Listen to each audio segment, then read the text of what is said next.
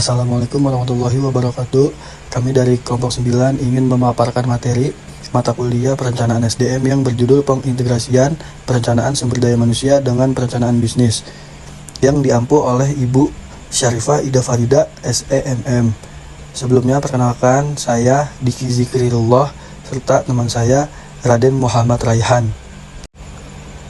Yang pertama ada perencanaan sumber daya manusia dan perencanaan bisnis. Perencanaan sumber daya manusia adalah proses memperkirakan kebutuhan tenaga kerja di masa depan dan menyiapkan strategi untuk memastikan organisasi memiliki jumlah, jenis, dan kualitas karyawan yang tepat pada waktu yang tepat. Perencanaan bisnis adalah proses menetapkan tujuan perusahaan dan menentukan langkah-langkah strategis untuk mencapainya dan mencakup aspek pemasaran, keuangan, produksi, dan sumber daya manusia. Selanjutnya ada pengintegrasian perencanaan sumber daya manusia dengan perencanaan bisnis bagi organisasi, yaitu perencanaan bisnis menetapkan arah, strategi, serta sasaran yang ingin dicapai, sedangkan perencanaan SDM memastikan tersedianya tenaga kerja dengan jumlah dan kompetensi yang sesuai untuk melaksanakan strategi tersebut. Tanpa SDM yang tepat, rencana bisnis sulit dijalankan secara efektif, dan tanpa arah bisnis yang jelas, perencanaan SDM akan kehilangan fokus. Dengan integrasi yang baik, organisasi dapat mengelola tenaga kerjanya secara efisien, meningkatkan produktivitas, serta lebih siap menghadapi perubahan lingkungan bisnis. Selanjutnya ada hubungan antara perencanaan sumber daya manusia dengan perencanaan bisnis dalam mendukung pencapaian organisasi. Hubungan antara perencanaan sumber daya manusia atau SDM dengan perencanaan bisnis bersifat saling terkait dan saling mendukung dalam pencapaian tujuan organisasi.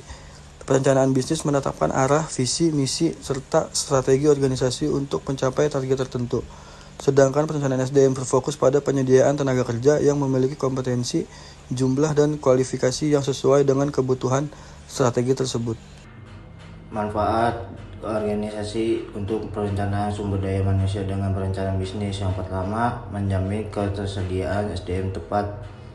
Yang kedua, meningkatkan efisiensi dan produktivitas. Yang ketiga, mendukung pengambilan keputusan strategis.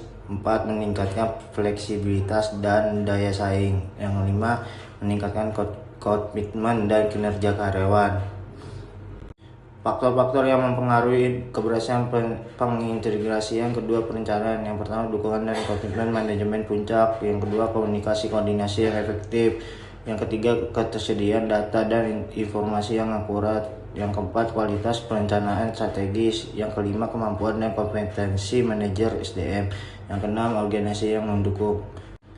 Studi kasus PT Wings Group. Judulnya PT Wings Group Perencanaan dan Pengembangan Sumber Daya Manusia Daerah Titik 5.0 Studi kasus proyek proses perencanaan SDM. Penulisan Cindy Junita Sari tahun 2023. Metode tahap integrasi awal, analisis kebutuhan bisnis, strategi bisnis. Tahap perencanaan SDM memproyeksikan dan menyelesaikan kebutuhan SDM. Yang ketiga, tahap implementasi dan menyesuaikan karyawan dengan kebutuhan bisnis. Kesimpulannya, perencanaan sumber daya manusia dan perencanaan bisnis saling terkait dan berperan penting dalam pencapaian tujuan organisasi. Integrasi keduanya memastikan ketersediaan tenaga kerja yang memiliki kompetensi, jumlah, dan kapasitas sesuai dengan strategi bisnis, sehingga rencana organisasi dapat dijalankan secara efektif. Manfaat integrasi ini meliputi meningkatkan produktivitas dan koefisiensi komitmen dan karyawan dan daya saing.